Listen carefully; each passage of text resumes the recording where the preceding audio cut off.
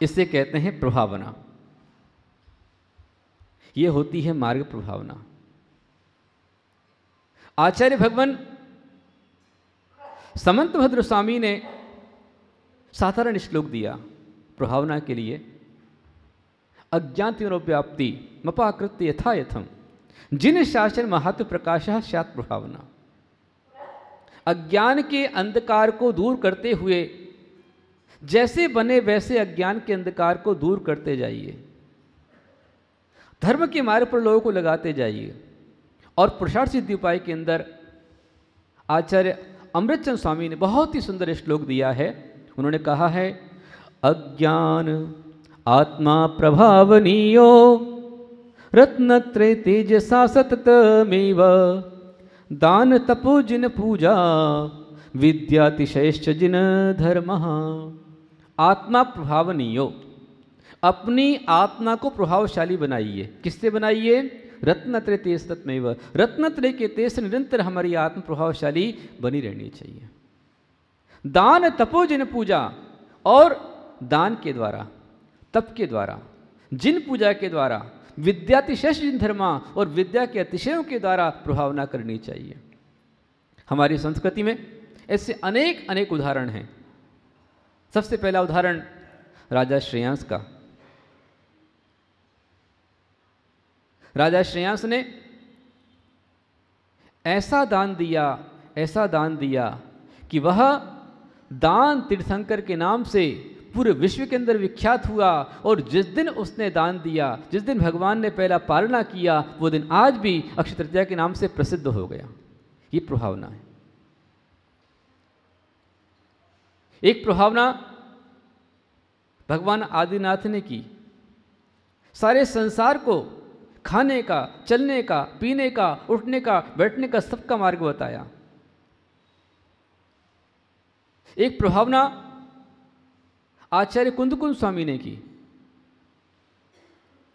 ग्रंथों के माध्यम से इतना लिखा, इतना लिखा कि आज भी वे जब भी कोई प्रशस्ति लिखी जाती है तो कुंदकुंज आचार्य का नाम पहले आता है। ऐसे अनेक उदाहरण हमारे पास में हैं। अभी वर्तमान में हमारे राष्ट्र संत आचार्य विद्यानंद जी, उन्होंने अपनी वाणी के माध्यम से बहुत बड़ी प्रभावना की। उस प्रभावना के कारण ही भगवान बाहुबली का सहस्त्राब्दी महोत्सव हुआ। उससे पहले चारित्र चक्रवर्ती आचार्य शांत सागर जी गुरुदेव, उन्होंने ऐसी प्रभावना की। वो कैसी प्रभावना की, कल उसका व्याख्यान आपके लिए आएगा। परंतु वो जो प्रभावना है भगवान आचार्य शांत सागर जी की, वो आज तक चलती आ रही। संक्षेप में यदि कहूँ तो आज पूरे देश में ये दिगंबर साधु दिखलाई दे रहे हैं, तो ये आचार्य शांत सागर जी की बड़ी प्रभावना है। मुनि धर्म का जीर्णोद्धार करने वाले, पुनरुद्धार करने वाले, मुनि मार्ग का प्रवर्तन करने वाले वो चारित्र चक्रवर्ती आचार्य शांत सागर जी आज पंचम काल में किसी तीर्थंकर से कम नहीं है।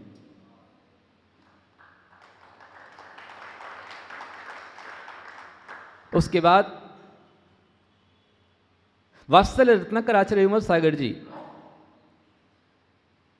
दुखों के मसीहा, निमित्त ज्ञान शिरोमणि, उनके पास वात्सल्य का रत्नाकर था। आप देखिए उनके चेहरे पर हमेशा, जो भी कोई चित्र होगा, उनके चेहरे पर हमेशा मुस्कान मिलेगी। प्रभावना के साथ में हमारे दादा गुरु आचार्य श्री महावीर कीर्ति जी हों, या हमारे गुरुदेव आचार्य श्री कुंज सागर जी गुरुदेव हों, आज पूरे भारत में, पूरे विश्व के अंदर जब भी कोई संकट में, परेशानी में होता है, तो पूरे विश्व के अंदर आज यदि कोई रास्ता मिलता है तो जैनों के लिए आचार्य कुंज सागर जी का दरबार मिलता है, जहाँ लोग जाते हैं, रोते रोते जाते हैं पर हंसते हंसते आते हैं। और जो भी जाता है, हर एक के प्रति गुरुदेव का शब्द निकलता है बेटा। वो बेटा शब्द सुनते ही मन की सारी थकान दूर हो जाती है। इतना वात्सल्य उनका आज है कि कोई व्यक्ति जाता है उनके पास में, वो एक दिन को जाता है पर 4 दिन के फिर निकलता नहीं है। एक समय 2005 में स्थिति ये थी, 6 में जब हमारे मुनि तरुण सागर जी ने कोल्हापुर चतुर्मास किया, हालात इतने खराब उनके हो गए कि डॉक्टरों ने कहा कि आपको हम फॉरेन ले चलते हैं, वहाँ उपचार कराएंगे। पर तरुण सागर जी की अपनी निष्ठा और श्रद्धा थी। उन्होंने कहा कि नहीं, मेरे लिए मेरे डॉक्टर यहाँ पर हैं, और कोल्हापुर से पास में 15 किलोमीटर पे कुंतुगिरी है। वो आचार्य श्री के पास में गए और उनके पास दर्शन किए, आशीर्वाद दिया, और गुरुदेव के पास जाकर कहा कि गुरुदेव, आपके पास आने के पहले मेरा मन भी थोड़ा सा चल विचल था, क्या करूं क्या नहीं करूं, लेकिन आपका आशीष मुझे मिल गया है। अब इतना विश्वास लेकर जाता हूं कि प्राण छोड़ूंगा पर संयम को नहीं छोड़ूंगा। आचार्य श्री कुलसागर गुरुदेव के पास तरुण सागर जी ने आशीर्वाद दिया है। और जितने संसार के साधु हैं, आज किसी को भी संकट होता है, किसी माता जी को परेशानी होती है, वे सब के सब आचार्य श्री गुरुदेव कुलसागर गुरुदेव के पास जाते हैं, उनके पास अपनी फरियाद रखते हैं, निवेदन करते हैं, और हर एक की समस्या का समाधान गुरुदेव के पास मिलता है। अपनी मंत्र साधना से, अपनी तप साधना से, अपने वात्सल्य से आज भी हमारे गुरुदेव पूरे देश के अंदर प्रभावना कर रहे हैं। और आज यदि पूरे देश में, चाहे वो आचार्य कनक नंदी जी हों, चाहे वो आचार्य श्री पद्म नंदी जी हों, चाहे वो आचार्य देव नंदी जी हों, चाहे वो आचार्य गुरुधर नंदी हों, चाहे आचार्य गुप्ती नंदी हो, आज जितनी प्रभावना पूरे देश के अंदर हो रही है, ये हमारी नहीं, उन गुरुदेव की प्रभावना है। उनका ही संस्कार, उनका अनुशासन, उनका वात्सल्य है, उनकी प्रभावना है। उन्होंने हमें सिखलाया है। और प्रभावना के अंतर्गत आज पुनः मैं याद करता हूं मुनिश्री तपस्वी सम्राट आचार्य स्तनमत सागर जी। इसमें आया कि दान तपो जिन पूजा, तप के द्वारा तपस्वी सम्राट आचार्य स्तनमत सागर जी ने भी बहुत बड़ी प्रभावना उन्होंने की है। उनके जीवन का, संयमी जीवन का यदि हम देखें, जितने साल वो मुनि आचार्य रहे, उसमें से तकरीबन लगभग कम से कम 1/3 समय उनका जो है उपवास में, तप में गया है। आप सोचिए कितने उपवास किए होंगे। चतुर्मास लगता, पहले महीने में 1 उपवास 1 आहार, दूसरे महीने में 2 उपवास 1 आहार, तीसरे महीने में 3 उपवास 1 आहार, और चौथा महीने यदि लग जावे तो 4 उपवास 1 आहार। क्या उनकी साधना। अष्टानिका में 8 दिन का उपवास, 10 लक्षण में 10 दिन के उपवास, 16 कारण में 16 दिन का उपवास, ये तो पक्का ही है। चाहे विहार हो, चाहे एक स्थान पर रुके हों, लेकिन तप साधना में कोई पीछे नहीं। और लेने में कितना सा, क्या लेते थे वो। जब मैंने 93 में उनको देखा था, उस समय पर भी मात्र केले की रोटी, गन्ने का रस, राजगिरा और छाछ, इतना ही चल रहा था। जब मैंने 2002 में उनको पुनः देखा, उस समय पर मात्र उनको गन्ने का रस, राजगिरा और छाछ और पानी चल रहा था। 2007 में पुनः जब मैंने सुना तो मात्र छाछ और पानी पर आ गए थे। करीब 5 साल उन्होंने छाछ और पानी पर निकाल दिए। वो उनकी तप साधना थी। कभी ओढ़ने में चटाई उन्होंने नहीं ली। एक छोटा सा पाटा, उसमें वो सोते। मात्र 6 बजे 8 बजे वो सोते, और 8 बजे से लेकर 10 बजे तक उनकी नींद होती। 10 बजे उठ गए एक बार आचार्य स्तनमत सागर जी, तो उसके बाद पूरी रात उनका जाप और साधना में बीतता था। पंचम काल में, चौथे काल से बढ़कर यदि साधना करने वाले थे, जो नाम का तपस्वी सम्राट था, वो साधना आचार्य स्तनमत सागर जी ने करके दिखलाई। और जिसके सिर पर उन्होंने हाथ रख दिया, उसके वारे न्यारे हो गए। मैं अपना अहोभाग्य मानता हूँ कि 2002 में उनके चरण सानिध्य में रहने का मुझे मौका मिला। ऊन पावागिरी में हम लोग गए। मानस्तंभ का महामस्तकाभिषेक था, आचार्य श्री का मुख्य सानिध्य था, लेकिन बड़प्पन देकर उन्होंने मुझे खंडवा से बुलाया और मेरा निर्देशन उसमें लिखवाया। निर्देशन ने मुझको रखा। मैंने कहा गुरुदेव, आप तो स्वयं सक्षम हैं, आपके लिए कौन निर्देशन कर सकते। उन्होंने बुलाया, और जब उनके साथ में गया, वहाँ जितनी प्रतिमाओं का अभिषेक हुआ, हर एक प्रतिमा का अभिषेक वो गंधोदक अपने हाथ में लेते जाते, अपने माथे पर लगाते और मेरे सिर पर लगाते जाते।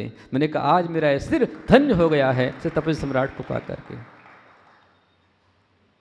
उन्होंने तप से प्रभावना की। आचार्य शांत सागर जी ने मुनि मार्ग की प्रभावना की। आचार्य कुंज सागर जी ने वात्सल्य की प्रभावना की। विमल सागर जी ने वात्सल्य की प्रभावना की। आचार्य श्री विद्यासागर जी ने वीतरागता की प्रभावना उन्होंने की। उनकी प्रभावना भी अपने आप में कम नहीं है। आज उनकी वीतरागता को देख करके सैकड़ों युवा ITI करने वाले, डॉक्टरी करने वाले, इंजीनियरिंग करने वाले, जो करोड़ों का पैकेज जो पा रहे हैं, जैसे ही आचार्य श्री विद्यासागर जी को देखते हैं, उनको देखते ही वो सब कुछ छोड़ करके वीतरागता के मार्ग पर चल पड़ते हैं। ये बहुत बड़ी प्रभावना है। जिसकी जो अच्छाई है हमें स्वीकार करनी होगी। गुण ग्रहण का भाव रहे नित्य, दृष्टि न दोषों पर जावे, ये प्रभावना है। और प्रभावना करने के अंतर्गत हमारे क्रांतिकारी संत मुनि श्री तरुण सागर जी एक छोटी उम्र के अंदर ही उन्होंने प्रवचन की ऐसी अलग जगाई, अपने विचारों का इस तरह का प्रभाव उन्होंने पूरे देश के अंदर फैलाया कि भगवान महावीर की वाणी को जैनों की वाणी से हटा करके जन जन की वाणी बना दिया। आज हजारों लोग, लाखों लोग उनके साहित्य को पढ़ रहे हैं। कितनी अच्छी खुशी की बात है कि इस तरह के विचार उन्होंने रखे हैं कि आज किसी जैन ग्रंथालय से उनके ग्रंथों का प्रकाशन नहीं होता है। डायमंड पॉकेट बुक्स आदि जो जनरल प्रकाशन है वो उनकी 7-7, 14-14 लाख प्रतियां निकाल करके पूरे देश के अंदर भेज रहे हैं। ये बहुत बड़ी प्रभावना है, विचारों की प्रभावना है। भगवान के पास आज हमारे मंदिरों में युवाओं का, बच्चों का आना कम हो गया है। एग्ज़ाम का समय होता है अथवा नौकरी के लिए बच्चों को जाना है, इंटरव्यू के लिए जाना है, तो यहाँ तो आता है मंदिर में, क्योंकि जैन है इसलिए आना पड़ता है, और कहता है भगवान लो मुट्ठी और दो छुट्टी, चढ़ाया और तुरंत भागता है। फिर बाद में बीच में और जो अन्य स्थान मिलते हैं, अनायतन मिलते हैं, वहाँ जाता है, जाकर कहता बाबा मुझे पास कर देना, तो मैं आपको ये चढ़ाऊँगा वो चढ़ाऊँगा। उसको विश्वास है कि वहाँ हो जाएगा और यहाँ कुछ नहीं होगा। ऐसा अविश्वास वीतराग जिनेंद्र के प्रति हमने ही पैदा किया है। महान भावों, हम हमारे बच्चों को उन भगवान की महिमा बतलाएं कि जिनेंद्र भगवान कोई भी प्रतिमा हो, जब भी कोई आचार्य उसमें प्राण प्रतिष्ठा करते हैं तो ऐसी प्रतिष्ठा करते हैं, ऐसी प्रभावना करते हैं कि वो पाषाण भी परमात्मा बन जाता है। और उसमें अनंत चतुष्टय की स्थापना होती है, उसमें नवलब्धि की स्थापना होती है, और भगवान की मूर्ति में और जिनेंद्र भगवान में जो स्वयं सिद्ध भगवान है, अनंत भगवान है, उनमें अनंत दान नाम की लब्धि है।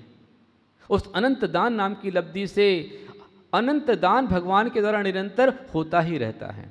सुबह दोपहर शाम जब भी आप भगवान का ध्यान करेंगे आपका काम बनने ही वाला, निश्चित रूप में बनेगा। ये वो ताकत है कि संसार का जो भी अच्छा से अच्छा मिलेगा वो यहीं मिलेगा, और जो यहाँ नहीं मिलेगा वो संसार में कहीं नहीं मिल सकता है। ऐसा विश्वास अपने बच्चों में जिनेंद्र भगवान के प्रति आपको जगाना होगा। मैं बड़ौद में रहा हूँ, दिल्ली में रहा हूँ, बाराबंकी, हरियाणा, यूपी वगैरह अनेक स्थानों पर गया हूँ जहाँ लोग रोट तीज व्रत को जानते भी नहीं हैं।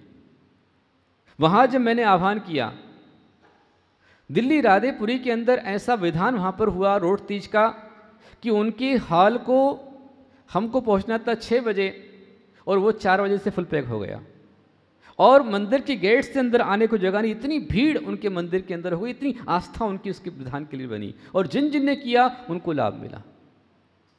मेरा नागपुर की समाज से आह्वान है, आप यदि ताकत रखते हो दान से प्रभाव ना करो, ताकत रखते हो तप से करो, नहीं तो एक रास्ता है जिन पूजा। विद्या के तीसरे की तरफ प्रभावना आप कर सकते हो, जैसे ज्ञान के माध्यम से हमारे पंडित जी ने प्रभावना की। आज नागपुर में कोई आपको जाने या ना जाने, पर पंडित जी आगरेकर जी को पूरा देश जानता है कि एक सरस्वती पुत्र है। अपनी वाणी के द्वारा, अपने स्वाध्याय के द्वारा, अपने ज्ञान के द्वारा और आर्ष परंपरा के प्रति आस्था के द्वारा पंडित आगरेकर जी ने, मनोहर लाल जी ने पूरे देश के अंदर में नागपुर की पहचान बनाई है। नागपुर ऑरेंज सिटी के नाम से भी जाना जाता है, नागपुर संतों की नगरी भी कहलाता है, पर नागपुर अभी संगीतकारों की नगरी कहला रहा है। बिल्कुल है ही है, पर इन सबसे बढ़कर के यदि नागपुर जाना जाता है, हम लोगों ने बहुत दिनों से नाम सुना हुआ है, तो भाई वहाँ एक पंडित जी हैं, वो आर्ष परंपरा बहुत दृढ़ हैं और बहुत अच्छे विद्वान हैं। ये हम बहुत दिन से सुनते आ रहे हैं और यहाँ हम लोगों ने 2006 में देखा कि वाकई में पंडित जी ने बहुत बड़ी प्रभावना की है। आज मोठे मंदिर में 25-50 लोग रोज़ शाम को स्वाध्याय करते हैं, तो ये पंडित जी की बहुत बड़ी देन है कि आज लोग स्वाध्याय में लगे हुए हैं। ये प्रभावना है, विद्या के द्वारा प्रभावना है। और अभी इस चातुर्मास प्रभावना बहुत बड़ी चल रही है, ये मार्ग प्रभावना है। हमारी ओर से प्रयास चलता रहता है, कोशिश करते हैं किसी न किसी माध्यम से आपको लगाए रखें। मुझे पता है आपको लक्ष्मी की आवश्यकता नहीं है, ये आप ऊपर से बोलते हैं। रघुपति राघव राजा राम, पैसा दे तो करूं प्रणाम, ये हमारे हाल हैं। मैं कहता हूं कि तुम्हें संकट मिटाना है, दुख मिटाना है, परेशानी मिटानी है, पीड़ा मिटाना, चलो उसके लिए आओ, किसी बहाने से आओ। एक बार तुम जिनेंद्र भगवान की शरण में आ गए और एक बार उनके विशाल व्यक्तित्व का परिचय तुमको मिल गया, एक बार उनके अतिशयों को जान लिया और एक बार तुम्हारे अंदर श्रद्धा बैठ गई, तो फिर ये लॉलीपॉप देने की कोई आवश्यकता नहीं पड़ेगी, लेकिन उसके पहले आना होगा। मेरा आप सबसे आह्वान है, अपने अंतराय का निवारण यदि करना है, और ये मेरा प्रैक्टिकल किया हुआ, मैंने स्वयं किया हुआ, मैंने आपको बताया था। अनेक श्रावकों ने, श्राविकाओं ने जो बहुत संकट परेशानी के अंदर थे, उन्होंने त्रिकाल चौबीसी का व्रत किया है। किसका व्रत किया है? लक्ष्मी का नहीं किया है।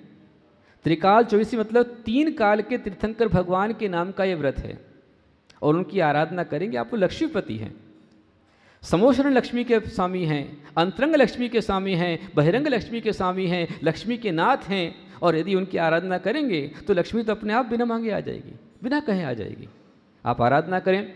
कल के होने वाले, परसों के होने वाले विधान में आप सब लक्ष्मी प्राप्ति विधान में, त्रिकाल चौबीसी विधान में पूरे परिवार के साथ में आइए। आते समय एक उसी में से जो विद्यानुवाद पूर्वादि ग्रंथ है, उसमें से निकाला हुआ एक विशेष यंत्र लक्ष्मी प्राप्ति यंत्र है, उस यंत्र को अपने साथ में लेकर आ पाएँ।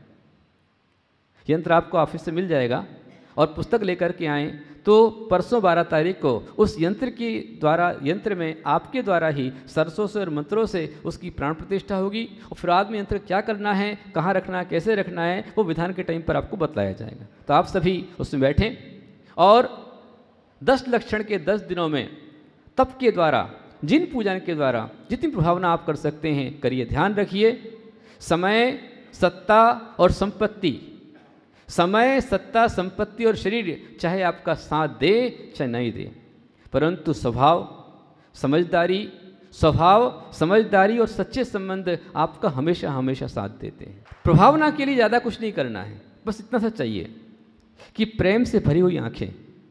ये आज के प्रवचन का आपके लिए सार है। प्रभावना यदि करना चाहते हो तो प्रेम से भरी हुई आंखें और श्रद्धा से झुका हुआ सिर। प्रेम से भरी हुई आंखें, श्रद्धा से झुका हुआ सिर और सहयोग करते हुए हाथ। सहयोग करते हुए हाथ, सन्मार्ग पर चलते हुए पांव, सन्मार्ग पर चलते हुए पांव और सत्य से जुड़ी हुई जीभ, सबके कल्याण करने वाली जीभ यदि हमारे पास में है तो अपने आप बिना कहे प्रभावना आपकी हो सकती है और कुछ करने की आवश्यकता नहीं है। बस हम किसी के प्रति कोई दुर्भावना न करें, सबके प्रति हम रखें सद्भावना, तो अपने आप हो जाएगी मार्ग प्रभावना, अपने आप हो जाएगी मार्ग प्रभावना। बोलो मार्ग प्रभावना धर्म की, 16 करण महापर्व की, अहिंसामय सनातन जैन धर्म की।